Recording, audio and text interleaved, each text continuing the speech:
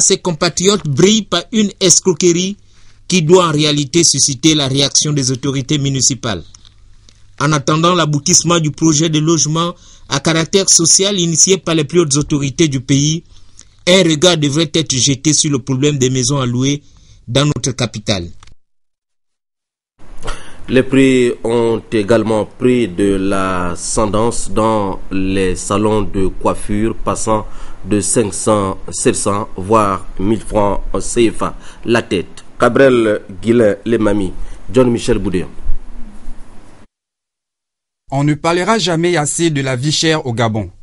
Après les taximens et les commerçants, c'est au tour des coiffeurs de faire boire aux clients jusqu'à la lie la mère calice de la flambée des prix. Les tarifs des coiffes sont passés de 500 à 700 francs CFA. C'est le coût de vie. Nous-mêmes, dans le quotidien, régulièrement, dans tout ce qu'on a besoin, ça ne nous laisse pas. De telle façon que nous-mêmes, on n'arrive pas à joindre les deux bouts. Ce n'est pas la direction qui nous a instauré cette loi-là. C'est nous-mêmes, les coiffeurs, selon les difficultés quotidiennes que nous vivons dans le quotidien. Quand j'ai payé encore les unités de 5000, c'était dans les 70 unités. Aujourd'hui, ça revient à 40 unités. Donc, vous voyez un peu. Il y a aussi un peu les produits que nous utilisons dans les salons qui sont augmentés. Un peu la poudre, l'eau de javel, un peu de tout cela. Donc, tout cela, nous sommes le père de famille aussi. Il faudrait que tu travailles au moins pour nous, tes enfants. Moi, j'ai des enfants. C'était augmenté, c'était un peu augmenté, mais c'est une affaire qui sera particulièrement libre dans quelques temps. Au regard du coût élevé de la vie quotidienne et principalement celui des coiffures, le citoyen lambda ne sait plus à quel sein se vouer. J'ai l'impression qu'on vit dans un Eldorado où chacun vient y faire comme il veut. C'est la cour du roi Péto.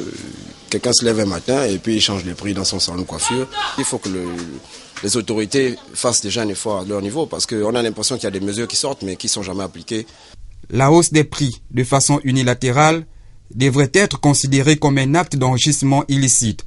L'appel est donc lancé, quitte aux autorités compétentes de la République de jeter un regard pour une vie meilleure de leurs concitoyens.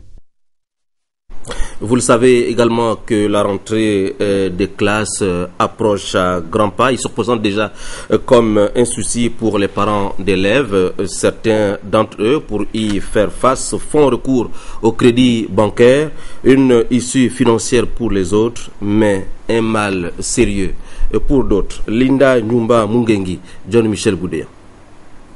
À quelques semaines de la rentrée scolaire 2012-2013, nombre de parents soucieux de l'avenir de leurs enfants s'attellent déjà aux préparatifs des trousseaux scolaires.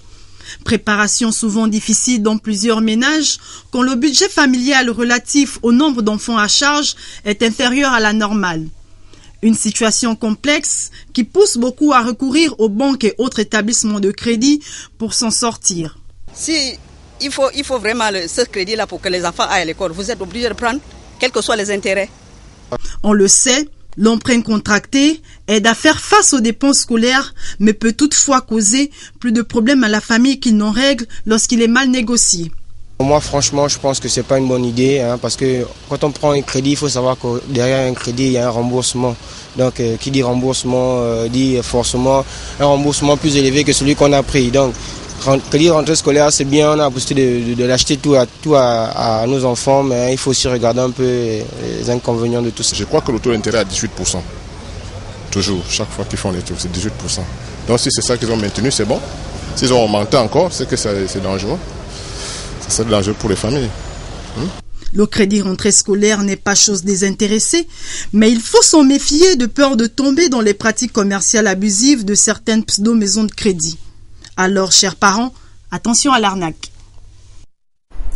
Retour sur les malheureux incidents de Libreville au quartier Cocotier Nkembo. La jeunesse de Port-Gentil dit non à ce type d'agissement. Ils ont organisé, ces jeunes de la capitale économique, une marche de soutien pour apporter leur appui au président de la République. Voici le porte-parole du collectif au micro de Jean-Augustin Nzengi de Gabon Télévision. Mesdemoiselles, mesdames et messieurs, depuis l'avènement de M. Ali Bongo Ondimba à la tête de notre cher pays, nous découvrons qu'on peut faire de la politique tout en construisant le pays tous les jours. le chef de l'État, son Excellence Ali Bongo Ondimba, se donne les moyens d'y parvenir. Les grandes infrastructures structurantes telles les routes, les ponts, les barrages, les logements sociaux sont en cours de réalisation. Port-Gentil, Port-Gentiaise, patriotes, dignes fils de ce pays, la question que nous nous posons aujourd'hui est de savoir ce que recherche Mba Obam et ses amis. Au moment où nous tenons ce rendez-vous citoyen, particulièrement des jeunes sont instrumentalisés pour mettre le pays à genoux. Leurs lieux de prédilection sont Libreville et Port-Gentil. Est-ce qu'on doit accepter ça ici? Port-Gentil, poumon de l'économie gabonaise, nous a tout donné et de 1990 à nos jours, notre ville de sable a souffert dans sa chair et dans ses eaux. Pendant que dans certaines contrées, le développement reste continu, c'est-à-dire sans choc ni heurts, Port-Gentil observe. Port-Gentiaise, Port-Gentil, après 22 ans de démocratie et avec tout ce que nous avons vécu, nous disons non à ces vendeurs d'illusions, non à ces antidémocrates et non à leurs complices. Port-Gentiaise, Port-Gentil, si ensemble nous veillons à ce que cette insécurité ne règne, ne gangrène par notre ville de sable, c'est le Gabon, les générations présentes et futures qui auront gagné.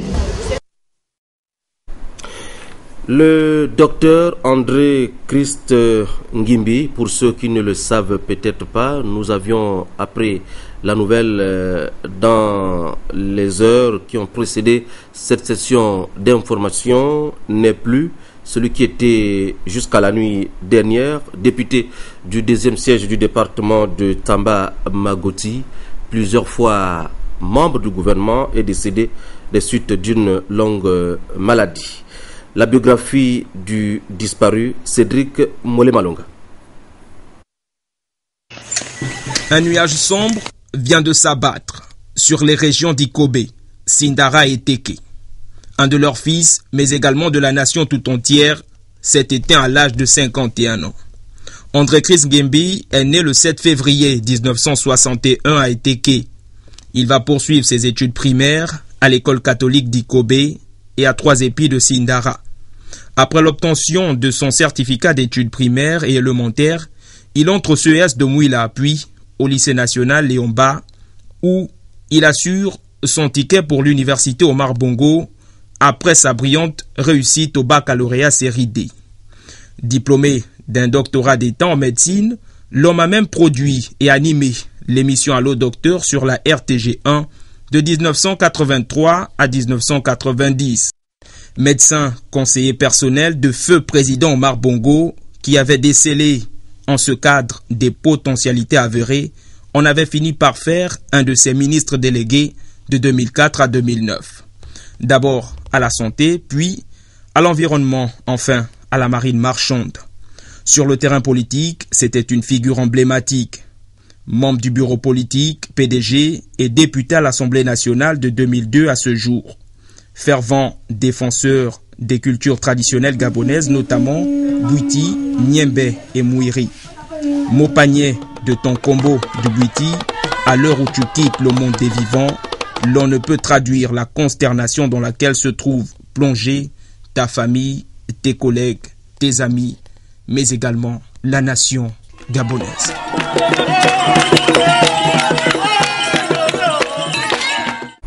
La nation gabonaise qui rendra un ultime hommage à l'illustre disparu, nous y reviendrons au cours de nos prochaines éditions d'information. Dans le cadre des manifestations du 17 août 2012, un culte d'action de grâce a été organisé ce week-end en faveur du pays à la Cité de la démocratie. Parmi les fidèles, Jean-Éric Nzengi Mangala Bouka, Félix Modibangoy. C'est la seconde édition de ce culte en faveur du pays. Initiative du révérend Francis Michel Mbadinga en collaboration avec la Force, Fédération des œuvres de réveil chrétienne évangélique et l'Association des cadres chrétiens du Gabon. nous avons, en tant que communauté religieuse, une grande responsabilité dans la nation. Nous prions pour les autorités parce que Dieu nous le demande. Tout simplement. L'esprit conservateur et l'énergie que beaucoup mettent à préserver leur confort personnel est à l'origine de blocages qui les feront exploser. Nous devons, pour y remédier, tout simplement, on l'a entendu dans les feux de prière, souscrire à de nouveaux paradigmes. Pour démontrer à nouveau que l'œcuménisme au Gabon est une réalité, les communautés musulmanes, catholiques et évangéliques étaient de la partie, le tout en présence de quelques membres du gouvernement, dont le ministre délégué à l'intérieur, tutelle des confessions religieuses, celui de l'éducation nationale et le directeur de cabinet du président de la République pour écouter les prières pour la paix et la stabilité du pays, la justice et l'équité dans le pays, la responsabilité de l'Église de Dieu face au destin de la nation, le bien-être du Gabon et de son peuple et l'exigence de changer de paradigme, entre autres. Nous t'invoquons en faveur de notre pays, le Gabon. Les actes qui prônent la justice, valeurs qui sont source de paix et de stabilité du pays. Directeurs de conscience et leaders d'opinion, les confessions religieuses ont aussi un devoir d'exemplarité et de conseiller vis-à-vis de la nation. Dans notre pays, encourage une politisation générale de la société. Il y a danger lorsqu'on veut faire croire que la seule activité politique est essentielle à la survie de la nation. Ce culte d'action de grâce aura eu le mérite de marquer un temps d'arrêt pour faire prendre conscience à tous et à chacun que Dieu seul doit inspirer nos actes et comportements, que l'on soit dirigeant ou simple citoyen.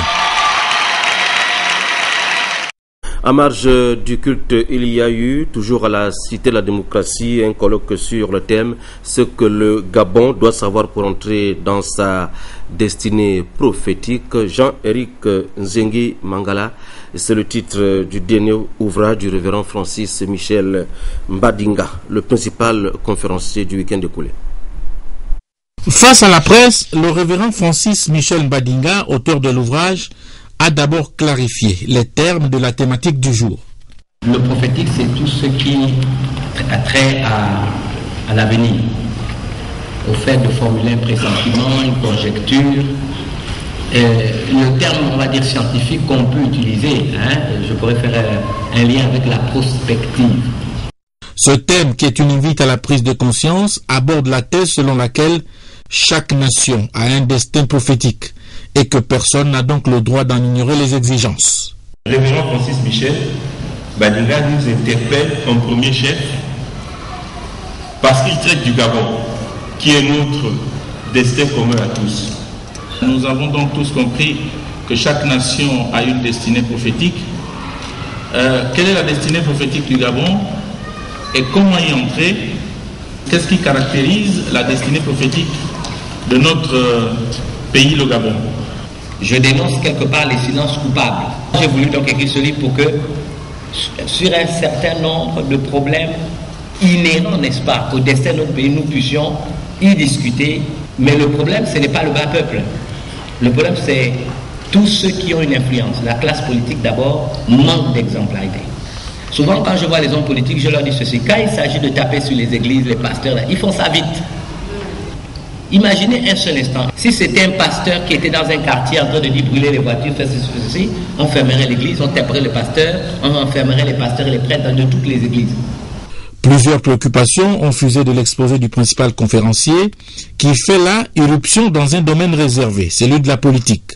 Sa lecture des évolutions sociopolitiques au Gabon, le repli identitaire, ses supposées ambitions politiques et sa foi en un Gabon meilleur.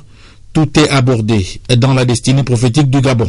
Tel un veilleur qui se tient sur la tour pour le pays, l'auteur de l'ouvrage s'est donné pour mission de faire entendre sa voix, celle d'amener les Gabonais à comprendre qu'ils ont une nécessité de marcher ensemble